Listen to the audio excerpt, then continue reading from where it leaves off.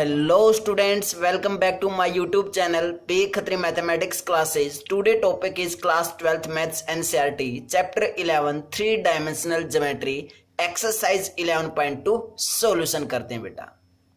Question number 12 देखते हैं बेटा क्या है। Find the value of P। हमें किसकी वैल्यू चाहिए? P की वैल्यू चाहिए। सो दैट द लाइन्स मीन्स हमें क्या दे रखा है? लाइंस की क्या दे दी? इक्वेशन। और कौन सी इक्वेशन कौन सी फॉर्म है? कार्टेशियन फॉर्म में। So that the lines this and this are right angles means ये दोनों लाइन एक दूसरे के क्या है? परपेंडिकुलर। राइट एंगल्स मीन्स क्या है? परपेंडिकुलर है। तो हमें क्या करना है?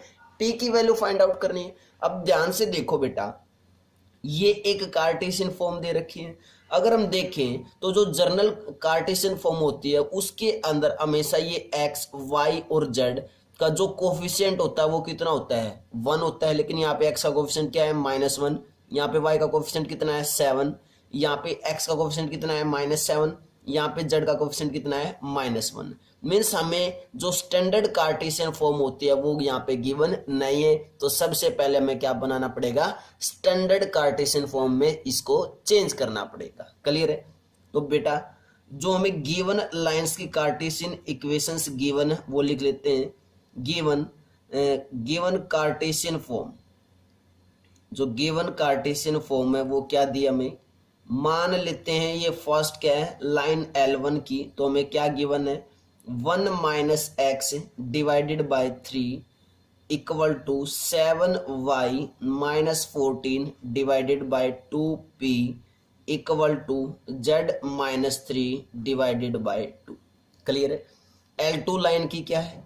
L2 लाइन की कार्टेशियन फॉर्म क्या गिवन हमें? 7 - 7x divided by 3p equal to y - 5 divided by 1 equal to z 6 - z divided by 5।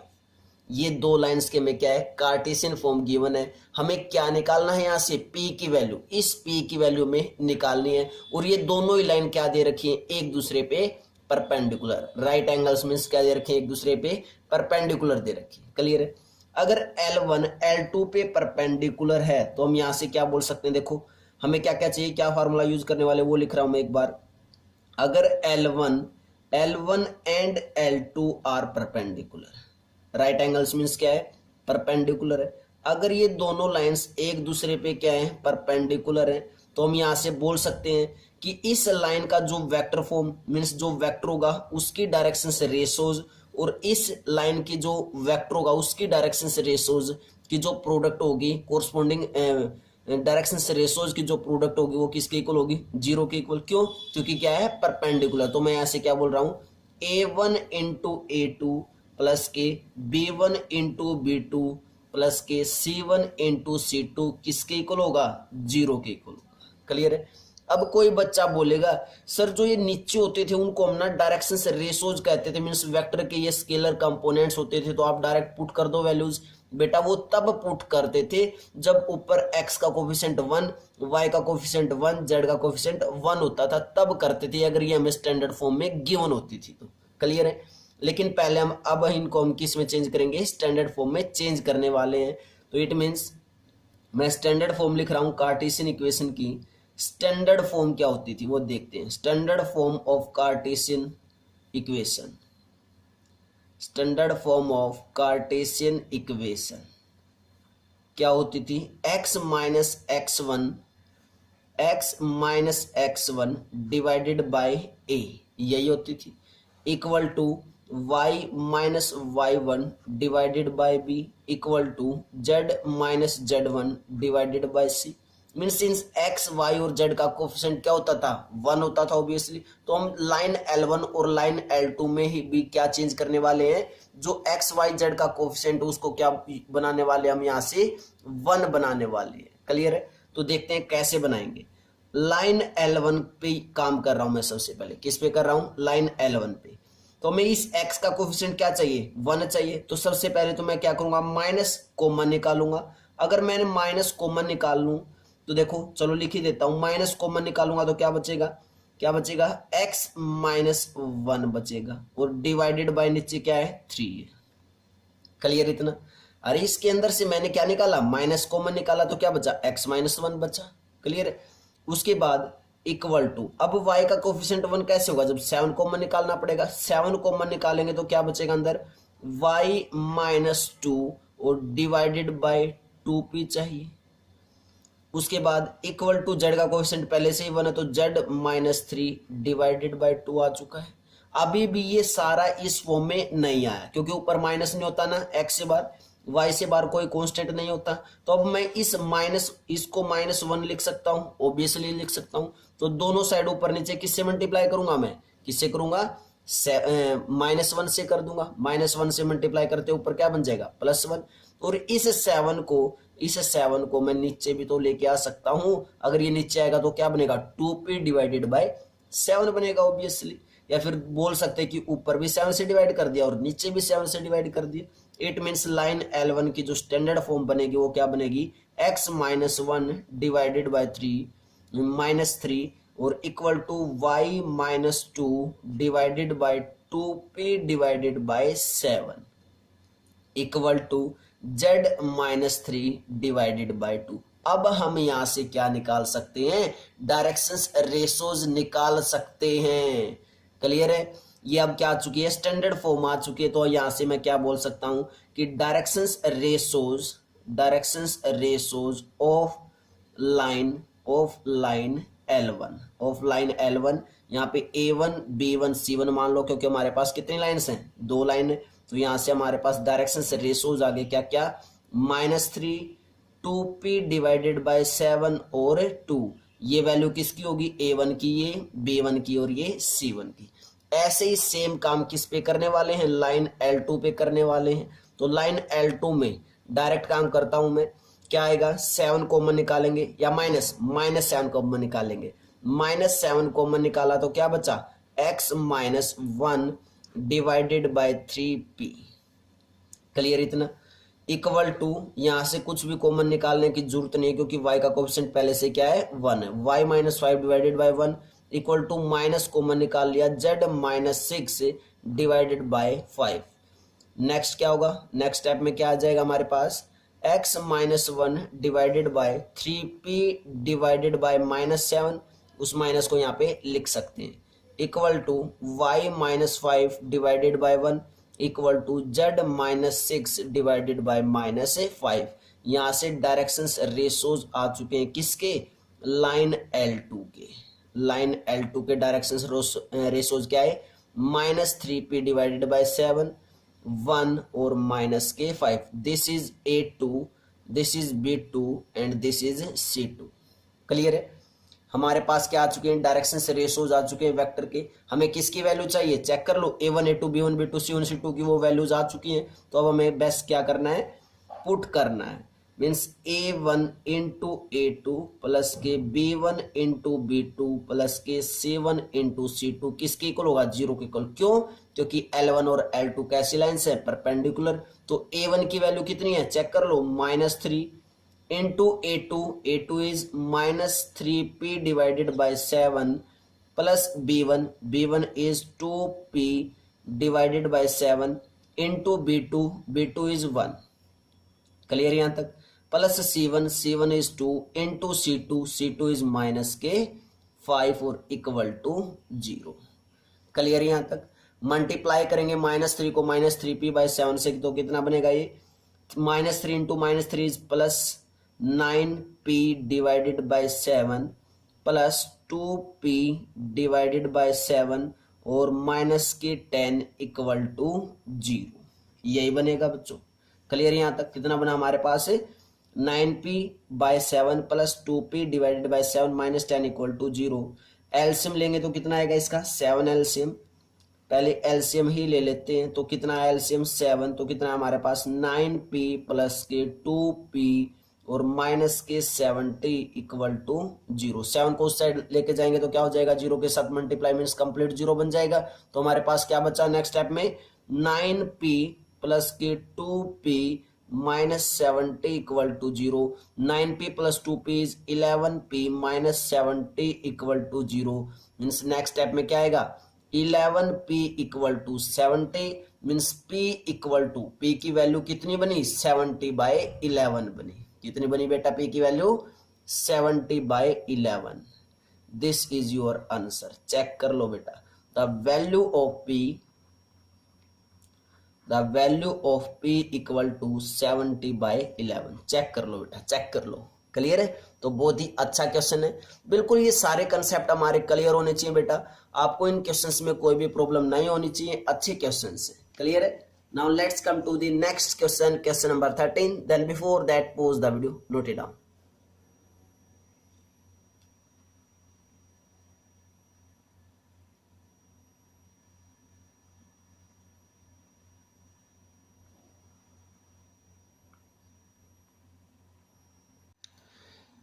Question number 13 देखते हैं बेटा क्या है।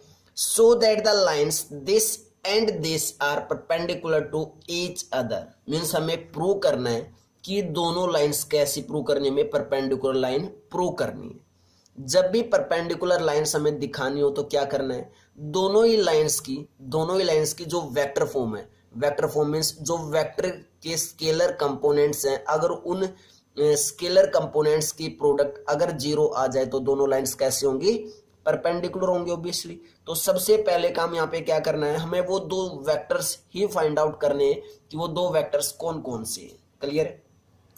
हमें क्या दे रखी है, कार्टेशियन फॉर्म दे रखी है। तो देखते हैं बेटा सॉल्यूशन।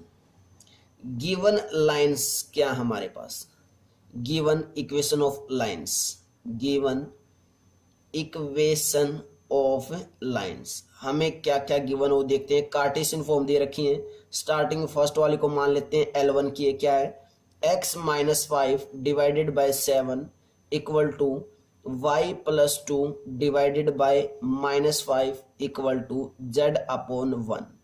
सेम उसके बाद L2 लाइन की हमें कार्टेशियन फॉर्म गिवन है, क्या x-1 x/1 equal to y/2 equal to z/3। Clear है?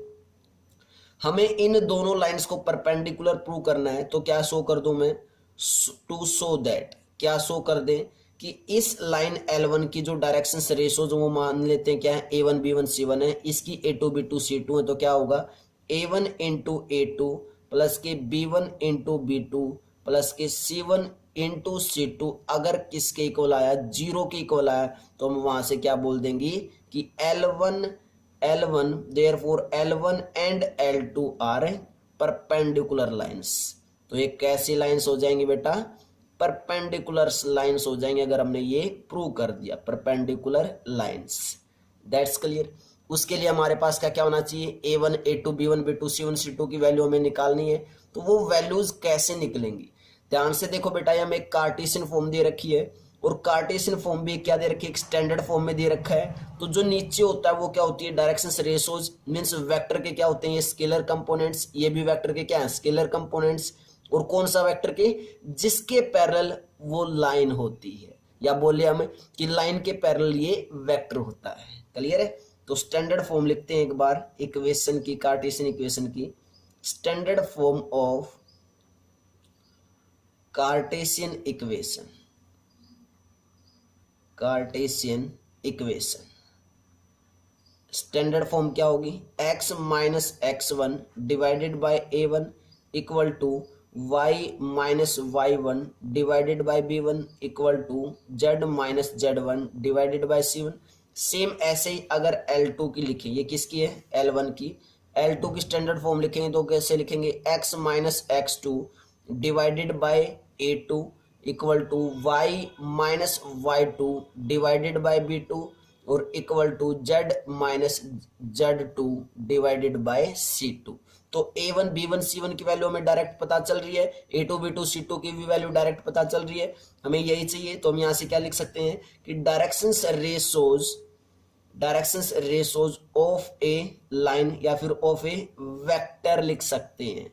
ऑफ ए वेक्टर क्या होंगे, A1 B1 C1 और वो कितने हैं, 7 है और -5 है और 1 है। This is A1, this is B1 and this is C1। Same यहां से भी क्या लिख सकते हैं कि directions ratios of A vector, vector के क्या होंगे, A2 B2 C2 और A2 की वैल्यू 1, B2 की 2 एंड C2 की 3 means this is A2, this is B2 and this is C2। Clear इतना? क्या यहाँ तक क्लियर है? उसके बाद हमें A1 B1 C1 और A2 B2 C2 की वैल्यू मिल चुकी है, तो आंसर निकाल सकते हैं, चेक कर सकते हैं बेटा। तो हम क्या लेके चलेंगे, A1 इंटू A2 प्लस के B1 इंटू B2 प्लस के C1 इंटू C2 को हम लेके चले और चेक करना है क्या ये 0 के इक्वल आ पाएगा। तो A1 is 7 into A2, A2 is 1 plus B1 is -5 into B2 is 2 plus C1 is 1 into C2 is 3। That's clear. 7 into 1 is 7, 7 into 1 क्या है, कितना आया 7, -5 इंटू 2 इज -10 और 1 इंटू 3 इज +3 मीन्स कितना बनाइए, 7 + 3 इज 10 और -10 मीन्स कितना आया 0। मीन्स हमारे पास क्या आ चुका है, A1 into A2 plus B1 into B2 plus C1 into C2 किसके इक्वल आ चुका है, 0 के इक्वल। और मैंने स्टार्टिंग में बताया था अगर दोनों वेक्टर्स की डायरेक्शंस रेशोज की, कोरस्पोंडिंग डायरेक्शंस रेशोज की अगर प्रोडक्ट 0 के इक्वल आ जाता है तो वो दोनों लाइंस कैसी होंगी, परपेंडिकुलर। चेक कर लो बेटा। हेंस यहां से क्या लिख देंगे हम कि hence L1 and L2 lines are perpendicular, lines are perpendicular. This is your answer. Check कर लो बेटा, परपेंडिकुलर। क्लियर है? नेक्स्ट क्वेश्चन करते हैं, question number 14। Then before that pause the video, note it down.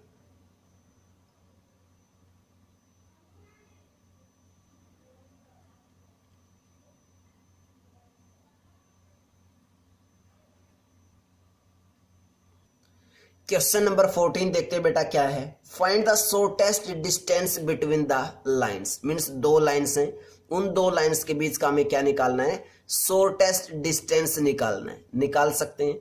मैंने जब बेटा इंट्रोडक्शन लेक्चर करवाया तो मैंने बताया था वहां पे अगर हमें शॉर्टेस्ट डिस्टेंस निकालना है दो लाइंस के बीच में, तो सबसे पहले हम इन वेक्टर्स को चेक करते हैं कि जो शॉर्टेस्ट डिस्टेंस हमें निकालना वो पैरेलल लाइंस के बीच का निकालना है या फिर स्क्यू लाइंस के बीच का निकालना है। और वो कैसे पता चलता है, अगर ये जो वेक्टर्स हैं, ये लाइन L1 का कौन सा वेक्टर है B1 और ये लाइन L2 का कौन सा है B2 वेक्टर, अगर ये लाइन L1 का वेक्टर B1 और B2, अगर इन दोनों वेक्टर्स की जो डायरेक्शंस रेशोज अगर वो प्रोपोर्शनल हुए तो क्या हो जाएगा, पैरेलल लाइंस के बीच का शॉर्टेस्ट डिस्टेंस निकालेंगे। अगर प्रोपोर्शनल नहीं हुए तो इट मींस क्या निकालेंगे, स्क्यू लाइंस का शॉर्टेस्ट डिस्टेंस निकालेंगे। क्लियर है?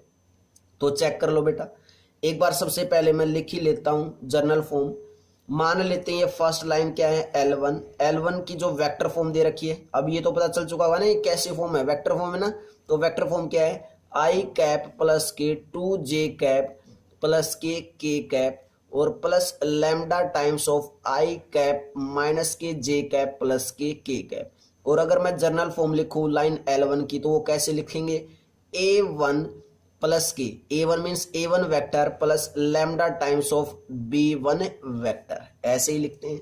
सेम L2 की जो मैं गिवन फॉर्म दे रखी है वेक्टर फॉर्म, वो क्या है 2I cap R vector equal to 2I cap minus के J कैप और माइनस के K cap plus mu times of 2I cap plus के J कैप और प्लस के 2K कैप, यही है। और R2 L2 लाइन की जो जर्नल फॉर्म है वो लिखें तो कैसे लिखेंगे, A2 वेक्टर प्लस के mu times of B2 vector. Clear है? यहां से A1 वेक्टर आ जाएगा, यहां से B1 वेक्टर आ जाएगा, यहां से A2 वेक्टर ये रहा और यहां से B2 वेक्टर आ जाएगा। तो चलो लिख ही लेते हैं। A1 वेक्टर क्या आया हमारे पास, चेक कर लो, I कैप प्लस के 2J कैप और प्लस के K कैप। A2 वेक्टर क्या आया, A2 वेक्टर क्या आया चेक कर लो, 2I कैप माइनस के J कैप और माइनस के K कैप। यहां से B1 वेक्टर क्या आया चेक कर लो, B1 वेक्टर क्या है I कैप माइनस के J कैप और प्लस के K कैप। और B2 वेक्टर क्या है चेक कर लो बेटा, B2 वेक्टर क्या है, B2 vector 2I cap plus के J कैप और प्लस के 2K कैप। ये क्या हमारे पास A1 A2 B1 B2 vectors हैं। अब हमें क्या चेक करना है सबसे पहले कि ये लाइन कैसी होंगी, स्क्यू लाइंस होंगी या पैरेलल लाइंस होंगी, कौन सी लाइन के बीच का हमें शॉर्टेस्ट डिस्टेंस निकालना है। तो हम क्या चेक करेंगे, जो b1 और b2 वेक्टर उनकी डायरेक्शंस रेशोज प्रोपोर्शनल हैं या नहीं। चेक कर लो बेटा, चेक कर लो। a1 bye a2, a1 bye a2 निकालेंगे कितना आया, 1 बाय 2 आया। उसके बाद b1 बाय b2 निकालेंगे, वो क्या आएगा चेक कर लो, -1 अपॉन 1। और c1 बाय c2 निकालेंगे, वो कितना आएगा चेक करो, 1 बाय 2। क्या डायरेक्शंस रेशोज प्रोपोर्शनल है, बिल्कुल भी नहीं। क्यों, ये 1 बाय 2 आ रहा है, ये 1 बाय 2 और ये -1 बाय 1 मीन्स -1 आएगा। It means directions ratios are not proportional, directions ratios are not proportional. अगर प्रोपोर्शनल नहीं है तो ये कैसी लाइंस होंगी, स्क्यू लाइंस होंगी। स्क्यू लाइंस के बीच का क्या निकालना, हमें शॉर्टेस्ट डिस्टेंस निकालना है। That's clear. कैसी लाइंस हैं, यहाँ पे लिख सकते हैं हम क्या कि L1 and L2 are skew lines. Therefore, L1 and L2 are skew lines. अगर skew lines है तो उनके बीच का डिस्टेंस कैसे निकालते हैं, शॉर्टेस्ट डिस्टेंस। उसके लिए फार्मूला होता है बेटा क्या, B1 vector cross product of B2 vector और dot product of A2 vector minus के A1 वेक्टर और divided by magnitude of b1 vector cross product of b2 vector. ये हमारे पास फार्मूला होता है शॉर्टेस्ट डिस्टेंस निकालने का। क्लियर है। तो अब हमें क्या क्या चाहिए, हमारे पास a1 वेक्टर है, a2 है, b1 b2 है, सभी वेक्टर्स है। लेकिन हमें क्या चाहिए, एक बार क्रॉस प्रोडक्ट चाहिए किसकी, b1 vector cross b2 vector की। एक बार a2 vector minus a1 vector चाहिए और उन दोनों की फिर क्या भी चाहिए, डॉट प्रोडक्ट भी चाहिए। तो हम यहां से निकाल लेते हैं बेटा a2 वेक्टर माइनस के a1 वेक्टर, तो मैं यहां यहीं पे निकाल लेता हूं। दैट्स क्लियर, क्योंकि स्पेस नहीं है ज्यादा। क्लियर है। a2 वेक्टर क्या है, 2i कैप माइनस के j कैप और माइनस के k कैप माइनस के a1 वेक्टर क्या है, i कैप प्लस के 2j कैप और प्लस के k कैप। समझना बेटा ध्यान से, ठीक है, क्लियर यहां तक। उसके बाद a2 वेक्टर माइनस के a1 वेक्टर किसके इक्वल होगा, 2i कैप माइनस के i कैप मीन्स कितना बचा, i कैप बचा, माइनस के j कैप और माइनस के 2j कैप मीन्स माइनस के 3j कैप होगा, माइनस के k कैप और माइनस के k कैप मीन्स माइनस के 2k cap means a2 vector minus a1 vector तो आ गया। क्लियर है, क्लियर बेटा इतना। अब हमें क्या करनी है, दो वेक्टर्स की क्रॉस प्रोडक्ट मीन्स b1 और b2 वेक्टर की, और वो हम किससे करते हैं, डिटरमिनेंट की हेल्प से करते हैं। तो करते हैं, निकालते हैं बेटा, क्या आएगा, i कैप j कैप और k कैप, यही बनेगा ऊपर। b1 वेक्टर के कंपोनेंट्स क्या क्या हैं, चेक कर लो। b1 वेक्टर के 1 है, -1 है और 1। b2 वेक्टर इज 2 है, 1 है और 2 है। क्लियर है। अब इनकी क्या करनी है हमें, क्रॉस प्रोडक्ट। तो क्या आएगी, b1 vector cross b2 vector equal to कितना आएगा, i कैप स्टार्टिंग में this row cancel out, this column cancel out means -2 और -1, -2 -1 इंटू i कैप। उसके बाद माइनस आता है ना, j कैप की करेंगे ना, this row cancel out this column, तो 2 माइनस के 2 मीन्स 0 होने वाला है, तो 2 -2 और इनटू में j कैप प्लस क्या आएगा, plus this row cancel out this column cancel out, तो 1 + 2 it means k cap. That's clear यहाँ तक। तो हमारे पास क्या आया, -2 - 1 इज -3i कैप और प्लस के 2 + 1 इज 3k कैप और j कैप का क्या हो चुका है, कोफिशिएंट 0, तो उसको लिखने की जरूरत नहीं। Means b1 vector cross product of b2 vector कितनी आई हमारे पास, -3i कैप और प्लस के 3k कैप। क्लियर है। अब इन दोनों वेक्टर्स की क्या करनी है, हमें डॉट प्रोडक्ट करनी है। तो डॉट प्रोडक्ट करते हैं, b1 vector cross product of b2 vector, जो वेक्टर आया है उसकी डॉट प्रोडक्ट किसके साथ, a2 माइनस के a1 वेक्टर के साथ। ऐसे ही करनी है। जब भी डॉट प्रोडक्ट करते हैं तो i कैप का कोफिशिएंट i कैप के कोफिशिएंट के साथ मल्टीप्लाई होगा और j कैप का कोफिशिएंट j कैप के कोफिशिएंट के साथ मल्टीप्लाई होता है बेटा। तो कितना आएगा, चेक कर लो, B1 क्रॉस B2 वेक्टर और A2 माइनस A1 वेक्टर की क्रॉस प्रोडक्ट करेंगे तो -3i कैप इंटू में i कैप कितना आया -3 आया। दैट्स क्लियर, यहां तक क्लियर है। उसके बाद j कैप का कंपोनेंट यहाँ पे नहीं है लेकिन यहाँ पे है, कितना आएगा चेक कर लो। यहाँ पे क्या होगा 0 होगा ऑब्वियसली, तो उस 0 को जब इससे मल्टीप्लाई करेंगे तो ऑब्वियसली कितना बन जाएगा 0 बन जाएगा। और 3k कैप को जब -2k कैप से मल्टीप्लाई करेंगे तो कितना आएगा ये -6 आएगा। मीन्स कितना आया -9 आया। मीन्स ऊपर तो कितना आ चुका हमारे पास से -9 आ जाएगा। That's clear. उसके बाद इसी का B1 vector cross B2 vector का क्या भी निकालना है, मैग्नीट्यूड भी निकालना है। इजिली निकाल सकते हैं। मैग्नीट्यूड अगर मैं निकाल लूं बेटा तो सबसे ऊपर निकाल देता हूं क्योंकि नीचे अब स्पेस नहीं बचा है। आपको एडजस्ट जरूर करना पड़ेगा इस क्वेश्चन में। क्लियर है। क्या निकालना हमें B1 vector cross B2 vector का मैग्नीट्यूड, तो मैं यहां पे निकाल देता हूं। That's clear. B1 vector cross product of B2 vector का मैग्नीट्यूड, दोनों की क्रॉस प्रोडक्ट हमारे पास आ चुकी है। कितनी आई थी ये रही, चेक कर लो नीचे कितनी है -3i कैप प्लस के 3k कैप, यही है ना। तो कितना आ जाएगा अंडर रूट ऑफ -3 का स्क्वायर इज 9 प्लस 3 का स्क्वायर इज आल्सो 9। मीन्स कितना आया √18 आया। That's clear. कितना है √18 और इसको सोल्व करेंगे तो ये कितना आएगा 3√2 आएगा। मीन्स क्या आ चुका है B1 vector cross B2 vector की मैग्नीट्यूड आ चुका है। मीन्स हमारे पास नीचे वाली वैल्यू भी है ऊपर वाली वैल्यू भी आ चुकी है -9। तो हम क्या निकाल सकते हैं आंसर इसका इजिली निकाल सकते हैं बेटा। That's clear. यहां तक फार्मूले के अंदर वैल्यू पुट करो बेटा। फार्मूले के अंदर यहाँ पे वैल्यू पुट करेंगे तो क्या आएगा शॉर्टेस्ट डिस्टेंस, ये ऊपर अलग से है ध्यान रखना। Shortest distance equal to B1 vector cross B2 vector की dot product A2 vector minus A vector के साथ क्या थी -9 डिवाइडेड बाय नीचे कितना आ चुका है मैग्नीट्यूड 3√2 आ चुका और कंप्लीट का क्या भी है मॉडुलस भी है। That implies shortest distance equal to 3 3 जा 9।